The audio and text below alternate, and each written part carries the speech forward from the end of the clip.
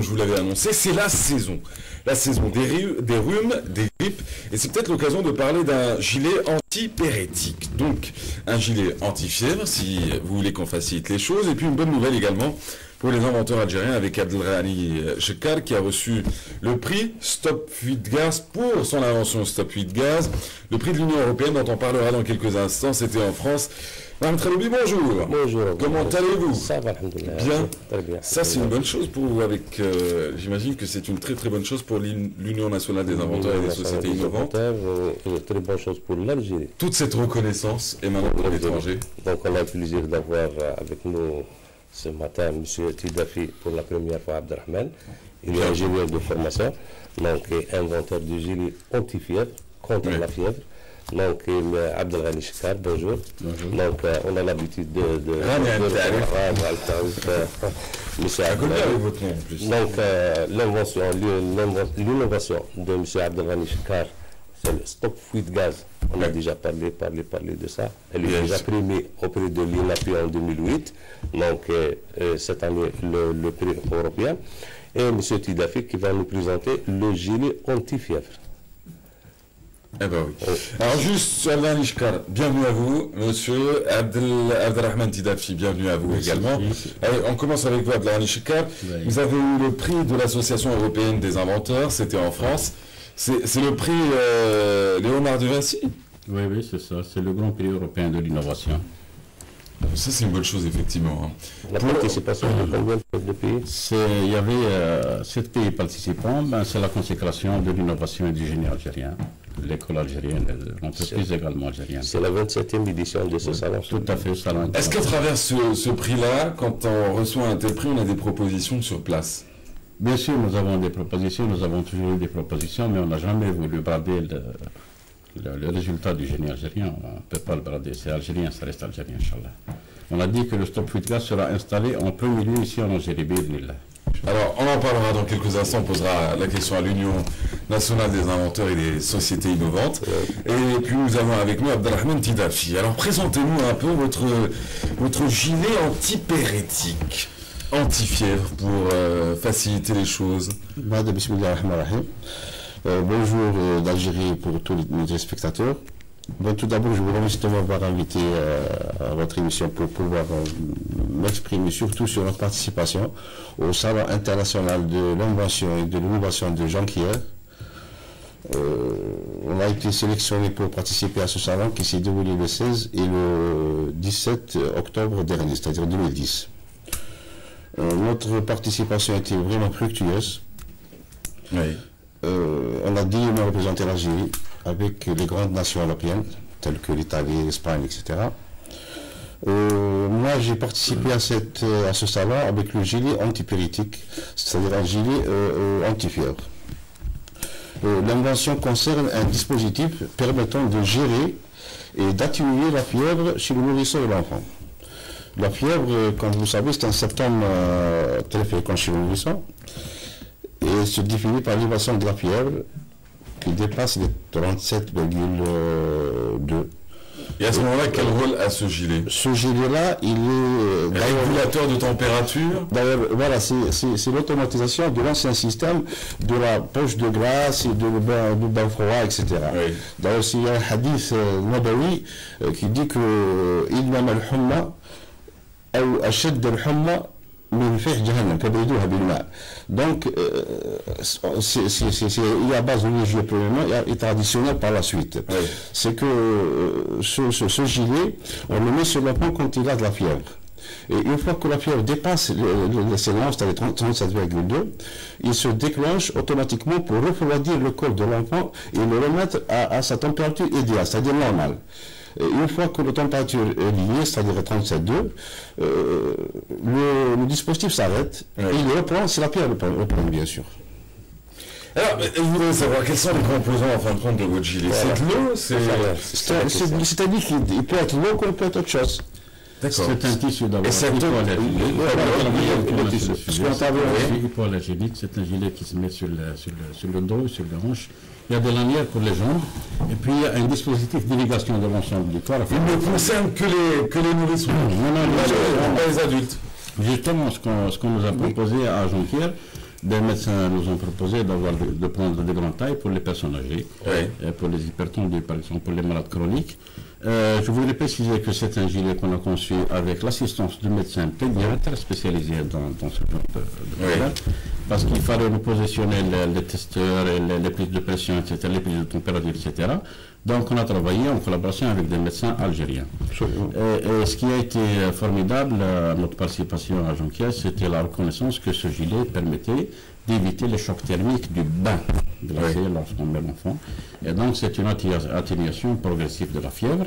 Et à partir de ce moment où se déclenche le gilet pour atténuer la fièvre, il avertit également, il y a un avertisseur sonore, il avertit la maman, les parents qui sont là.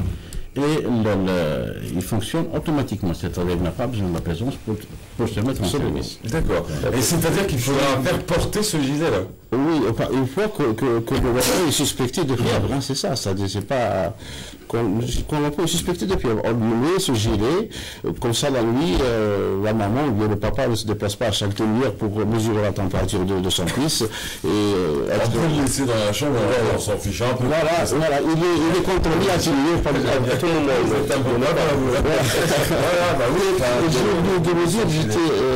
J'ai eu le prix de médecine en médical plutôt en Jonquière. Oui, voilà. C'est vrai qu'elle touche beaucoup, j'allais vous dire, elle touche de très près le domaine médical. Absolument. Il y a effet physique, oui, mais effet physique en attendant l'intervention médicale. Oui. Alors on va voir d'abord le diplôme de voici, le salon d'invention et de l'innovation. C'était cette année, hein? C'était le 16 et 17 octobre dernier. Et ben voilà, en même temps. En même temps, oui. Voici votre fameux trophée. Ah, vous êtes servi en fin de compte, hein? Ah oui. On a les deux en même temps. Oui, vous savez, c'était l'occasion pour nous, c'était notre première participation à une manifestation scientifique internationale. On voulait tâtonner un peu le pouls de l'innovation au niveau international et voir par rapport à cela où en est notre situation. Et de ce fait, on n'a pas eu froid aux yeux, puis on était parmi les grands pays. Et vous avez représenté dignement le drapeau algérien. Est-ce que vous avez eu des propositions pour ce gilet? Avant d'avoir pour ce dispositif la proposition, la fabrication de ce gilet, est-ce que c'est possible ici en Algérie, le tissu Nous avons exploré le marché et le tissu industriel algérien et les dispositifs sont disponibles sur le marché. Donc il s'agit de concrétiser d'abord par un prototype pour chose qu'on n'a pas encore faite. On est en train de le faire, on n'a pas finalisé. Donc on va réaliser et faire la démonstration. Par la suite, des corrections seront apportées automatiquement au premier. On va chercher un partenaire dans ce sens. Non, bien sûr, il faut qu'il soit algérien. Il faut qu'il soit algérien, d'accord, très bien. On ressent en tout cas votre motivation et votre envie de garder ces inventions-là et de les développer d'abord en Algérie et puis pourquoi pas par la suite les exporter. Mais dans la réalité du terrain, la réalité de notre société, est-ce que vous pensez qu'il y aura des industriels, des personnes aptes à financer votre prototype et des industries aptes à produire vos inventions? Terre à terre, à titre, pardon. Qu'on soit vraiment clair. Cette culture au niveau de notre industriel, c'est-à-dire au lieu d'importer, fabriquer, c'est très rentable qu'importer. Donc on n'a pas cette politique. Nos industriels, par exemple, il y a 2 ou 3% les cadres les inventeurs pour réaliser les inventions ou les inventeurs, les chercheurs scientifiques, même au niveau des universités. C'est-à-dire il y a des projets énormes. Mais malheureusement, on ne l'a pas atteint, oui, tout à fait, mais on l'atteindra, Inch'Allah, parce que je voudrais annoncer ici qu'il y a des industriels maintenant qui s'intéressent aux produits d'innovation algérienne. Entre autres, si vous permettez, je citerai une entreprise qui est spécialisée dans le bobinage industriel, le grand bobinage, qui a fait appel à nous, qui a fait appel à moi pour résoudre un problème technique sur la réparation du bobinage. En l'occurrence, c'est un l'établissement Imubelec, pour lequel j'ai conçu une innovation qu'on va présenter, Inch'Allah, incessamment. Il s'agit d'un dispositif détecteur de résonance magnétique sur les stateurs et rotors. C'est pour les grands moteurs. D'accord. Et donc, on a conçu le prototype et le monsieur, maintenant, il travaille avec ce procédé. C'est M. Dragondo Mustafa. Il travaille avec ce procédé ici en Algérie et il a eu des résultats très, très probables. J'ai des Par exemple, oui, tout à fait. À titre d'exemple, c'est un début. à titre d'exemple, notre participation à Jonquière, dans le dernier salon dont on a fait l'allusion, a été vraiment, on a été vraiment convoité par les Français, enfin par les visiteurs en général, sur la fabrication et la mise en vente sur le marché de ce dispositif, etc. Donc le citoyen s'intéresse déjà à ça. Donc, d'accord, mais vous n'avez et moi, ça m'intéresse qu'on dise les choses clairement une bonne fois pour toutes. Alors effectivement, il y a une prise de conscience globale, vous l'avez dit, que ce soit des pouvoirs publics, que ce soit des associations telles que celle de Mohamed Traloubi, l'Union nationale des inventeurs et des sociétés innovantes, le grand public également, la population qui s'intéresse de plus en plus à l'innovation.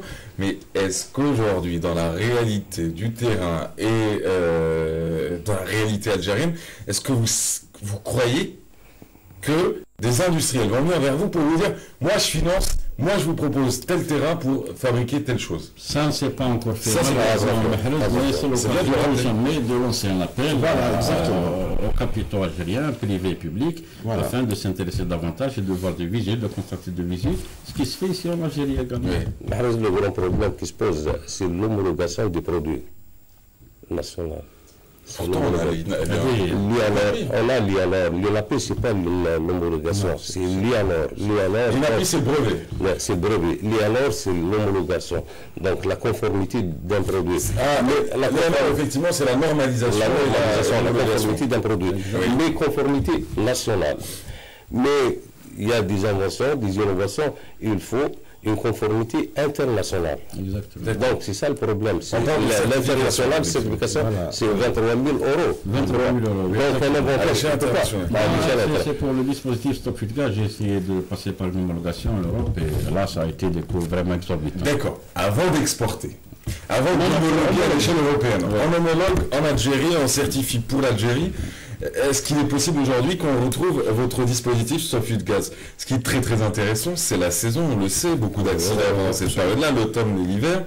Est-ce que vous pensez que on va se donner 6 mois, 9 mois, peut-être une année, et dans une année on ira dans un magasin pour acheter le dispositif? Je peux dire que oui, avec l'intervention directe des concernés. Je parle des institutions, je parle du ministère de l'Énergie également. Pour le gilet, homologué par le ministère de la Santé, est-ce que le secteur de la santé a regardé un peu votre... Il n'est pas encore, il est breveté. Il est breveté. Est-ce qu'il doit passer par une homologation en plus de l'INO vers le ministère de la Santé? Certainement, c'est sûr. Bien sûr. Qui ne vous prendra pas 23 000 euros, je vous rassure. Voilà, si on sera accompagné, donc il n'y a pas de problème. Par le privé ou bien le secteur public.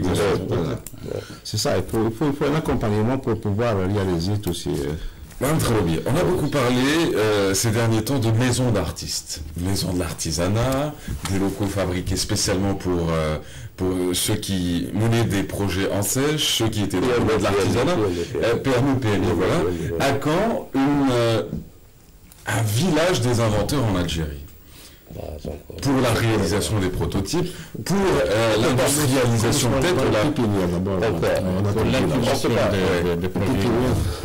déjà réaliser un village industriel, donc une zone d'activité. Une pièce cuisine pour les inventeurs, c'est ça que vous dites. Ça serait pas, c'est-à-dire, deux pièces cuisine à poser. Alors, un village, M. Chekar a besoin de 2000 mètres carrés pour réaliser l'innovation. Donc, à quand vous faites partie du Conseil supérieur scientifique? Oui, je suis partie du Conseil sectoriel au ministère de l'Industrie. Est-ce qu'il y a un projet dans ce... Il y a 14 projets à travers le territoire national, mais pas encore. C'est-à-dire, on n'a pas entamé ce dossier auprès du ministère de l'Industrie. La dernière nouvelle que j'ai reçue, c'est qu'au niveau du ministère de l'Industrie, il y a une agence de l'innovation qui est prête à fonctionner. C'est tout à fait nouveau. On n'a pas eu encore l'honneur de connaître les détails de l'activité. Le président de cette agence, le directeur de l'agence nationale d'innovation, c'est M. Ahmed Zaid, le chef de division au ministère de l'Industrie. Et il a déjà passé ici 3 ou 4 fois. C'est-à-dire 4 passages avec nous, c'est-à-dire le soutien des inventaires. Alors, comme nous avons entendu également que le ministère de la PME-PMI a développé un projet dans le sens de l'incubation des entreprises, l'incubation des projets innovants. Et dans ce contexte-là, nous ne connaissons encore pas les détails de ce projet-là. Donc, on aimerait bien réactiver ou activer ce processus-là afin d'arriver à industrialiser déjà un prototype réel existant qui est là, qui est d'utilité publique, qui est plus que pressant. En tout cas, messieurs, que pouvait-on vous souhaiter, si ce n'est une réussite du business, de mettre du business aussi, sur le marché nos inventions. Eh bien oui. Et puis, juste une petite info, aujourd'hui se clôture le programme 48 heures pour innover, lancé par l'École nationale polytechnique. Un programme qui a amené les étudiants à travailler 2 jours d'arrache-pied pour innover dans le domaine des sciences. Et aujourd'hui, toutes les innovations vont être étudiées par le grand jury de l'École nationale polytechnique. Allez, le dernier mot pour chacun, on vous laisse repartir. Monsieur Tidafi. Sauver des vies humaines. Sauver des vies humaines, c'est l'objectif final de tout ce projet-là que je traîne sur mon dos depuis plus de 5 ans. Stop Feed Gas. Monsieur Tidafi. Réaliser et mettre sur le marché au grand public nos inventions, Inch'Allah. Le gilet anti-fièvre pour les nourrissons et puis bientôt pour les plus âgés. Très bien. Je suis le premier client de ce gilet. Pour vos enfants, pour vous? Non. Pour mes enfants, c'est-à-dire, d'accord. Stagiaire, vous aurez compris. Merci, messieurs. Beaucoup de bonheur pour la suite. Bravo pour vos prix, parce qu'il faut dire aussi que vous avez représenté l'Algérie.